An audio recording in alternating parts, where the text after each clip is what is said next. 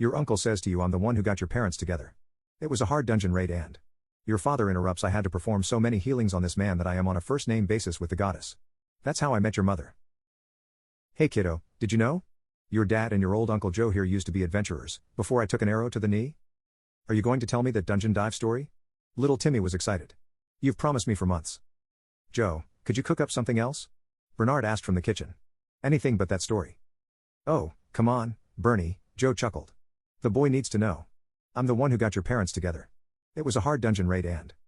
I had to perform so many healings on this dumb fuck that I'm on a first name basis with the goddess. And that is how I met your mother, Bernard yelled so loud the entire house shook and windows shattered. Sorry, forgot I still had the heavenly shout in me. I heard that. Mom. Timmy hugged the goddess the instant she teleported in. Uncle Joe is going to tell the story of how you met them. Is it true? Joe got hurt a lot? Yes. I have death on speed dial to retrieve his soul for resurrection and healing. He died like a true moron, Bernard chipped in. Dude, there were like 8 treasure chests in the room. He had to pick the one mimic and get eaten by it. Wait, Joe protested. Aren't we getting ahead of ourselves? Why talk about treasure first? We should start from the beginning. We took a quest to purge the Darkham dungeon of the Dark Lord. The first stop was the Bogdar swamp. Your father first called upon me to aid Joe when he ate a poisonous mushroom. Oh goddess of all that is holy, goddess of the holy arts, I beseech you, heal this adventurer with your divine blessings. Bernard chanted, then sighed. We might be on first name basis now, but I've uttered the original chant so many times it's practically engraved in my brain. Come on, it was such a cute mushroom, Joe grumbled. Who knew it was poisonous? It's a colorful mushroom. Bright red with yellow spots. In the middle of a dank, brown swamp. Of course, it's fucking poisonous. Anyway, the goddess saved me and we continued our journey with little fanfare. Dude, you ran around like a headless chicken, Bernard roared. You ran into a tree. You ran straight into a swamp monster ambush. You triggered a trap that decapitated you. I revived you. I thought we disarmed the trap? Joe seemed confused. With your head. Bernie had also detached a leg of yours to offer the swamp monsters. Good thing I can regenerate it. Joe seemed more amazed than fearful of the implications. Oh wow, so am I some Frankenstein thingy? Do I have a robot arm? No. Laser eyes? Could I cut off his tongue and let you restore it later? Hey, that's not very nice, Bernard scratched his chin. Even if my brother here is a bit of a clueless dork.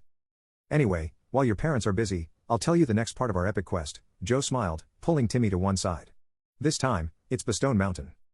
You missed Flair's Cave. Huh? When did we go there? Joe was perplexed. I don't. I wiped your memories. It was the only way to preserve your sanity. What did I do? Joe, Bernard sighed, clamping one hand over his brother's shoulder. You gazed straight into the abyssal flare. It winked back. In a wink, your brain collapsed in on itself and folded like a pretzel from the flood of forbidden knowledge of things man was not meant to know. Bernie prayed to me to restore you.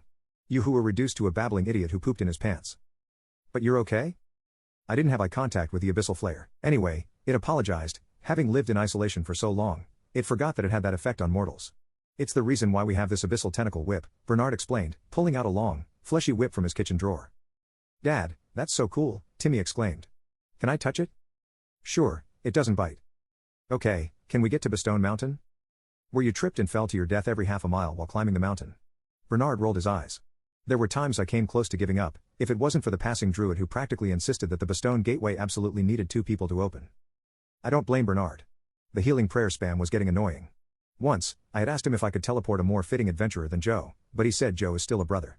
Instead, I allowed my dearest healer to shorten the prayer to me. So, it became, oh goddess, it's me again. It's Joe again. Please help me heal him. Hey, I was pretty sure it was only a dozen deaths or so. Joe was indignant at the multiple stabs taken against his character. It was a record number of deaths for any single individual. A quick search on the internet for most number of deaths in Bastone Mountain would reveal your name real fast, Joe. Well damn. Wait, you still weren't on first name basis with Mom? Timmy raised his hand and interjected. Does this mean there's still more to come? Yes. The young boy was curious. How many deaths did it take? 100 maybe? Bernard himself didn't recall the exact number. 102. Close enough. When you put it that way, Minerva, I'm impressed by our patience. Oh my dearest healer, it is by your patience that Joe still lives. Now you see it, boy? Joe was grinning. And that's how I brought your parents together. We did bond over Bernie's constant prayers to revive and heal Joe indeed. I have never answered that many prayers from any single one follower of mine. Anyway, after finally defeating the Dark Lord, I forced Joe to retire. We were already pushing at bringing him back from multiple deaths. Who knows one day if he'd hollowed out and turned into some empty soul. You know I would never allow that to happen. He is your brother. Wait, so it had nothing to do with taking an arrow to the knee? Timmy seemed disappointed. Also, you skipped the big boss fight. None whatsoever. Aw, you didn't have to spoil my joke like that, Joe groaned. Minerva. Only my dearest Bernie is on first name basis with me. Not you. Not even for the guy who brought you two so close together? Come on, you two would have never communicated so much if I didn't die so much. No.